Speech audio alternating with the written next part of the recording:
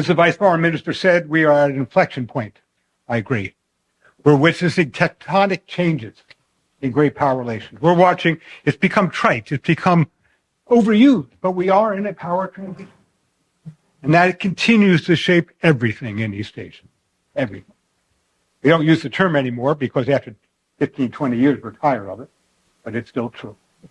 It shapes everything in East Asia. And where does this power transition come from? Well, let's be blunt. It comes from the decline of the United States and the rise of China. The United States is declined in every factor of military power. Everything. And there is nothing I can find in American military or American capabilities in East Asia where the United States has a clear-cut lead. And there are many aspects of international relations where we have secondary capabilities to China. Our Navy, in terms of surface ships, second to China. But China has very good missiles. Drones were secondary to China. Their drone production is much more than the United States. Aircraft production, faster in the United States with much more modern aircraft. Space competing with technology, if not quantity. In economics, their GDP continues to grow faster in the United States. And if you take out the services sector from the American economy, in terms of manufacturing industry, China's economy is larger than the U.S. economy. In trade power, China is the dominant market for 90% of the world. 90% of the world trades, that's the global south, and includes South Korea, and includes the Philippines, depend more on the Chinese market than the American market for GDP growth, for employment, and thus for political stability. Investment power. If you look at global investment, the United States looks good, but that's because they have a large presence in other countries in service industries. But if you look at building, infrastructure, China's the infrastructure power in the world. Look at Europe. You want a new port, a modernized port in Europe, you don't turn to the United States, you don't turn to Germany, you turn to China. Whether it's Rotterdam, whether it's Greece, whether it's Italy. The Chinese are building ports around the world, not the United States. Technology. Yes, the United States may have a lead in technology, but the Chinese are close enough. So just yesterday, an 18-month lead is about what we can expect to maintain over China in semiconductors. That's not a lot. I'm not sure it makes a difference when it comes to military affairs. Artificial intelligence, we all can read Chinese are doing quite well. And for what it's worth, the Chinese are far more capable than the United States, superior to the United States in applied technology. So cutting-edge technology, the United States will have certain advantages. I'm confident of that. But in terms of applied technology, the Chinese are moving much faster to move advanced technologies into manufacturing, reflecting their supply chain, reflecting their lower cost of manufacturing. And of course, that has major implications for moving high technology, both for GDP into consumer goods, and major implications for military affairs in moving high technologies into military capabilities. This is ongoing. This is a good 20-year process we're looking at here. The United States is not going to turn this around. The gap will continue to narrow in every one of these issues over the next 20 years. The former chief of naval operations under the Biden administration said it will take decades for the United States to rebuild its naval power to where it needs to be. That's 20 years. The former national security advisor, Jake Sullivan, said it will take a generation to rebuild America's industrial plant. That's 25 years. So until we get this right, if we get this right, that gap, that decline continues. And the industrial base of the United States, how do we build that? 20 years, 2 generations? It's concerning, but compared to the United States, the Chinese aren't even trying. They are spending half on defense compared to the United States as a share of GDP. And their defense budget goes up faster every year compared to the United States, and their weapons cost a lot less in the United States. They're not burdened by a volunteer military. They're not burdened by high acquisition for the most expensive weapons in the world. So we make a mistake when we focus on defense spending and who spends more. It's who gets bigger bang for the buck. And the Chinese are getting a much better output at a less defense budget. So China's rising. What does China want to do? I think it's a revisionist power. I don't think it's necessarily aggressive. I don't think it's belligerent, but it's clear what China wants. It wants to undermine every single alliance the United States has in East Asia. That's what all rising powers want. Why? Because American alliances have surrounded China since 1949. Air bases, nuclear weapons, naval bases. No country, whether you're big or small, likes to be surrounded by the most powerful country in the world. And now China has the military power and economic power, and they want to use that to weaken alliance. And we see that since 2012 against the Philippines, the Scarborough Shoal, against Vietnam in 2014, against South Korea in 2016. So remember, Scarborough Shoal is not a territorial dispute. It's a symptom of U.S.-China conflict, not the cause of U.S.-China conflict. Same thing with Chad. Same thing with the Kotra in the Yellow Sea. That's not a sovereignty dispute. That's not an easy dispute. That's China manipulating that dispute in the Yellow Sea to put pressure on South Korea to weaken the U.S.-South Korean alliance. And they turn it on, they turn it off when they want. Just like they do with the Philippines, just like they do with Vietnam.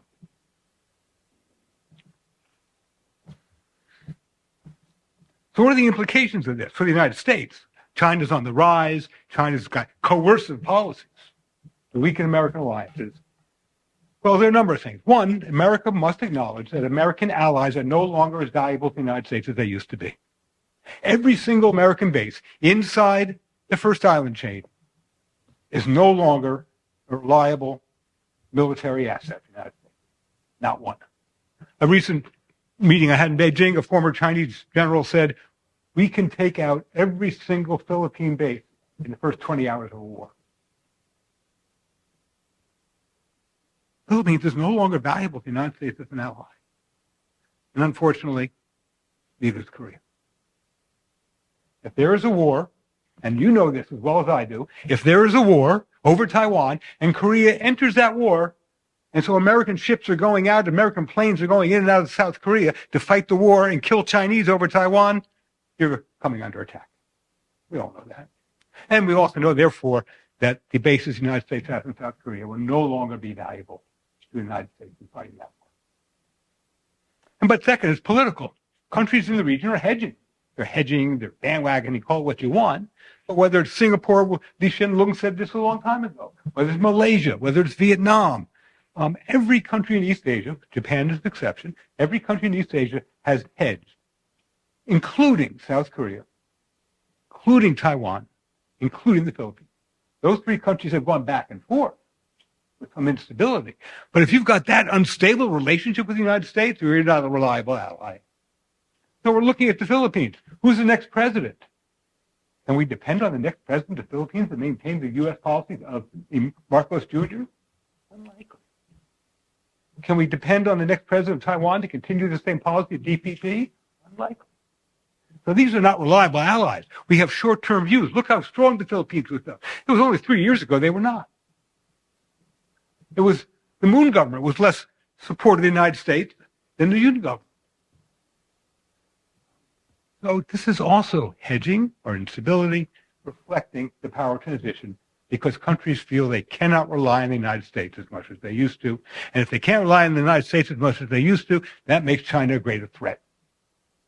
And what do you do about a greater threat? You find a way to get along with it. It's really hard. It's really difficult. It's hard for Korea, who's been cooperating together as strong allies ever since 1948, I believe it was. We've trained each other in our universities. Our militaries work together. Cornerstones of our two-country security throughout the entire Cold War and since. That's what countries are doing when the Americans are a declining asset for South Korea.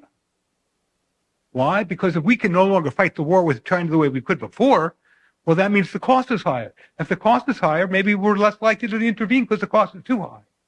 If the cost is too high, then you can't depend on us as much as you did before. That makes the China threat greater. And that's where adjustment comes in. So what's the American response to all this? Well, we've had two, which is, again, American uncertainty. We're flip-flopping, too. So the Quad, what was the Quad? The Quad was an American withdrawal from maritime East Asia. We were going to India. We're going to Australia. We're going to Japan, east coast of Japan.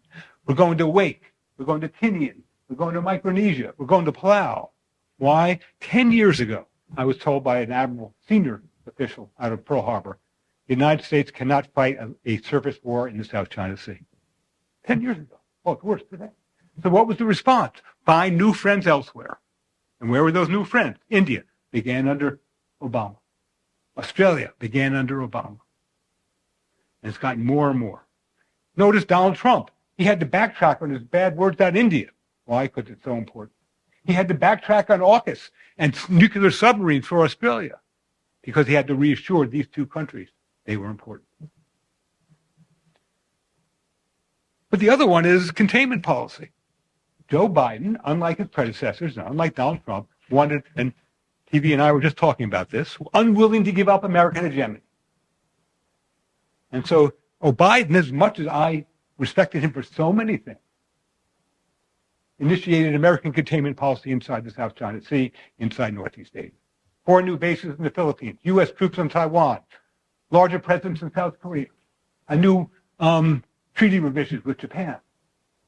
So here's America declining in East Asia, less resources, and yet contributing to higher tension at the same time by doubling down on our military presence on China's perimeter.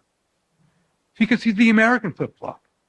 What do? Do our allies in East Asia still matter? Under first Donald Trump, not so much. We spent 3 years, we did not have an aircraft carrier go to Singapore. It didn't matter. Now they're back under Biden. Right? So America's flip-flop too. Adjustment is just not easy. So what's Donald Trump meant for this? How has he responded to American decline? Well, it's clear that he sees America unwilling to pay the price of conflict and the risk of war than Joe Biden. That is how he sees the implications of American decline. He doesn't want to pay the same price in dollars for American alliance relationships. If he doesn't want to pay the same price, he must think they're less valuable. Because that's what that means. If you're not willing to pay as much, you think they're less valuable. And he seems to think that war over small countries is just not worth American lives and American money. Right? He is dismissive of the role of small countries. Taiwan doesn't exist in his mind. Taiwan is a U.S.-China problem, not a U.S.-Taiwan issue. It's a U.S.-China problem. Ukraine, he doesn't care about Ukraine. He never talked about the Philippines. Never. Even though we now have 7 bases in the Philippines. In Korea, pay more. And we all know we'd like to pull troops out and reduce American troop levels. He believes in a G2, where the great powers get together, and I agree that this is an age of spheres of influence. I agree with TV. And he is willing to acknowledge certain Chinese spheres of influence. He won't put it in those words, but that's implicit. Ukraine's a Russian sphere of influence. Taiwan's a Chinese sphere of influence. That's what he believes. That's a G2. And so he is accentuating, exacerbating, speeding up American decline in East Asia because he's undermining American alliances everywhere he goes by saying they're not important, by ignoring Taiwan. And the whole region cares about Taiwan because it's a signal of the American commitment, right? So the other countries watch Taiwan. So he's undermining American alliances even faster because not only is China rising, but he's pulling back.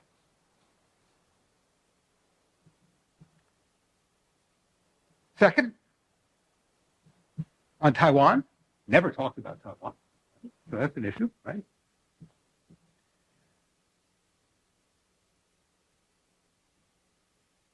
And while he is pulling back, every country in the region, including South Korea, is simultaneously facing greater Chinese pressure every single day.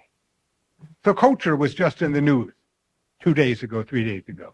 The Chinese Air Force went into the air identification zone. Oh, but where did it go inside the air identification zone? It flew over Socotra Rock. Not an accident. Every day, countries are watching the Americans get weaker, Donald Trump calling into question our commitments, and Chinese pressure increasing. Philippines too. Japan. Look what they're doing on Japan over Taiwan. This is Chinese behavior. It's been this way for 30 years. So they're very patient. Xi Jinping is quite patient. He looks for opportunities. When you give him an opportunity, whoop, he'll come down real hard. So we had Nancy Pelosi go to Taiwan. Good opportunity for him that time. We had the Philippines detain a Chinese ship in Scarborough Shoal. Good opportunity to get tough. THAAD, good opportunity to get tough. And now we have the Prime Minister of Japan saying something that she didn't really have good briefings on, and there it came down really hard. And what it was about Taiwan, what does Donald Trump say about Taiwan? He's letting Japan just drift in the wind, basically. One statement, finally, about pinging the Japan aircraft is not helpful for peace. Well, thank you very much. About a month too late, and fairly minor statement. So North Korea's got a problem. America's declining every day, combination of U.S. policy and the rise of China and capability transition. And so that's the first problem. The second problem is he doesn't think Korea is the way to solve problems. So the Korean leadership today would like to work with Donald Trump on North Korea. Donald Trump doesn't think that North Korea is a U.S.-South Korea policy. It's a U.S.-China policy. We will manage North Korea. We don't need South Korea to manage North Korea. In part because he feels the Chinese have the leverage over North Korea to put pressure on them. And second, because he just believes in great power condominiums and G2s. This is how you do things. So it could very well be that he will negotiate with China to have a meeting with Kim in April. And the South Koreans, well, they might be consulted, they might not. It might be nice to consult, but not a lot. It seems to be the way he's going. He has not responded to South Korean initiatives on North Korea. But he really wants to go to April, to Beijing. And he would like, if you will, a big, beautiful summit in Beijing. And of course, Taiwan is facing challenges because America wants the South Koreans to participate in a war over Taiwan. That's strategic flexibility. We all know what that means. American assets in South Korea, South Korean bases used by Americans can fight a war off the peninsula. Where are we going to fight a war off the peninsula? Taiwan Strait. That's what that means. We want to use our bases in South Korea, our troops in South Korea, to kill Chinese over Taiwan. That's not South Korea's interest. No one. I met with a group of Japanese the other day. They don't want America to fight a war over Taiwan. They don't care what the mainland does. Don't fight a war over Taiwan, because then we're all going to die. And Taiwan is not our major concern. But that's what Hexus said when he came to Seoul. Secretary of Defense Hexus. I still say Secretary of Defense because that's still the name legally. I won't say the other name. So where are we going here? Is the U.S. going to leave East Asia? No. It's going to be a bipolar region. America's going to be a great power. We're going to have a large navy. We're going to have a large air force. We're going to have a lot of technology. China's going to have advantages. So to use the term, if it's a bipolar region, China may be number one and America be 1.2, 1.3. We're probably not going to be equal. But in no time can any country in East Asia, including China, dismiss American capabilities, and no time will it be Chinese hegemony. Why do America have hegemony in the Western Hemisphere? Because the British had to go home to fight the Germans. We don't have to go home. There's no one in the Western Hemisphere to fight. We're staying in East Asia, a vital U.S. interest. Does Donald Trump care about the Western Hemisphere? Yes, he does. It doesn't require a large military to deal with Venezuela. We're going to stay in the Western Hemisphere. But I agree with T.B. Paul. This is not going to be a polarized world. Cross-cutting economic relations, cross-cutting military relations. There's water in East Asia. No one is scared of a Chinese invasion of the Philippines. Everyone was scared of a Soviet invasion of Germany. That's just a much easier thing to deal with. You don't need polarized alliances for deterrence when the Chinese aren't going to land in Malaysia. So that makes it easier. And of course, there's the economic cross-cutting. We have Cold War policies between the United States and China, but it's not a Cold War world. They're very different. Thank you.